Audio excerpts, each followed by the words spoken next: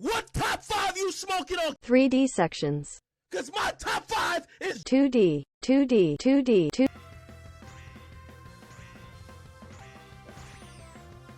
The boost formula is a bit of a mixed bag. Some people want it gone in favour of something new or returning to older styles, and others think it's the most fun formula to date. The common consensus though is that 3D boost gameplay is so much better than 2D. Now even though the boost formula debuted in 2D, 3D is just generally better. 3D gameplay just tends to have more speed and interesting level design choices. On top of that, 2D sections just feel lazy and boring by comparison since they're easier to design. I mean, you got your good 2D sections like the ones in Unleashed,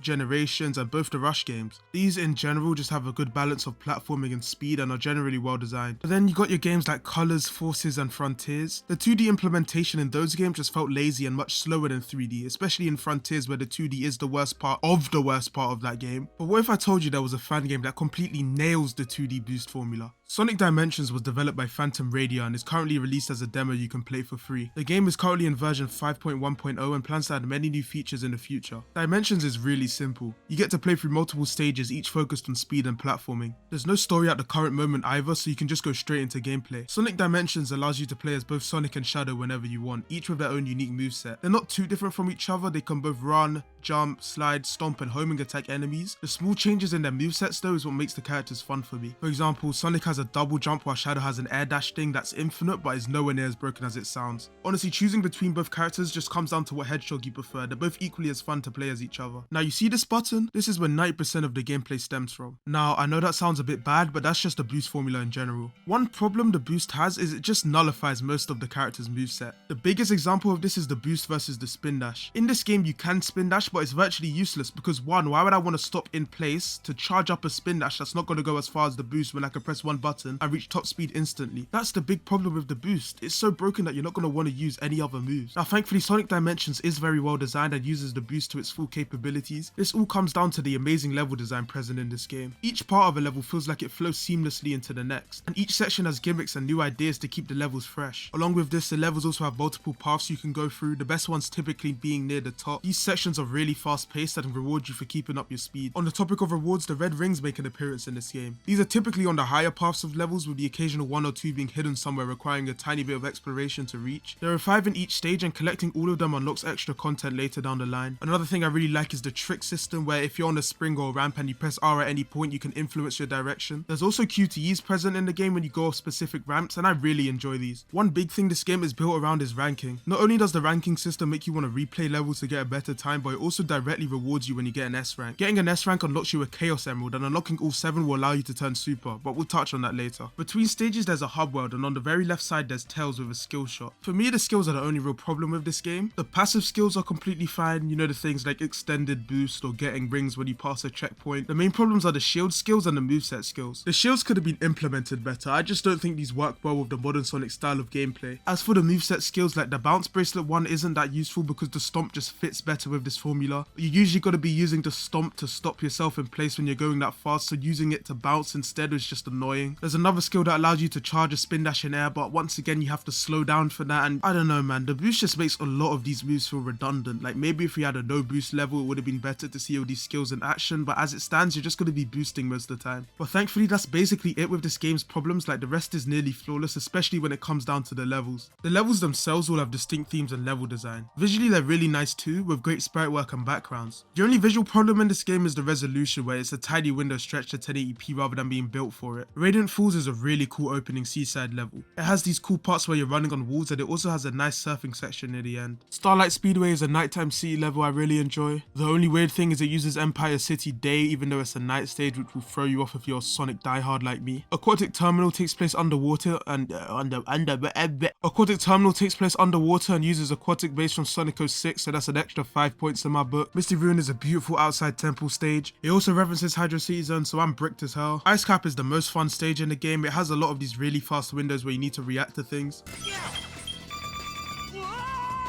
Cosmic Tempest is my favourite in the game though, and it uses High and Broken from Secret Rings, which I want to glaze again.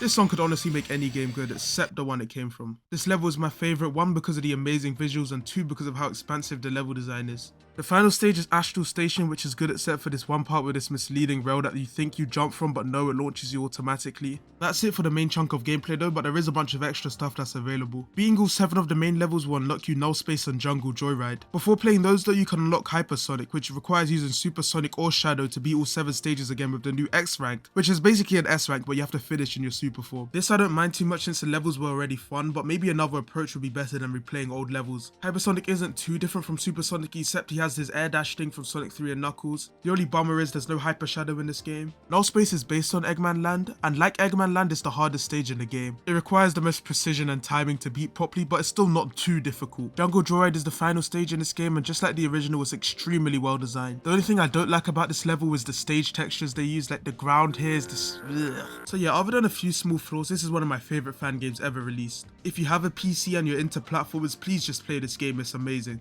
I don't have an outro here, I don't have no funny joke, no gag, just, goodbye.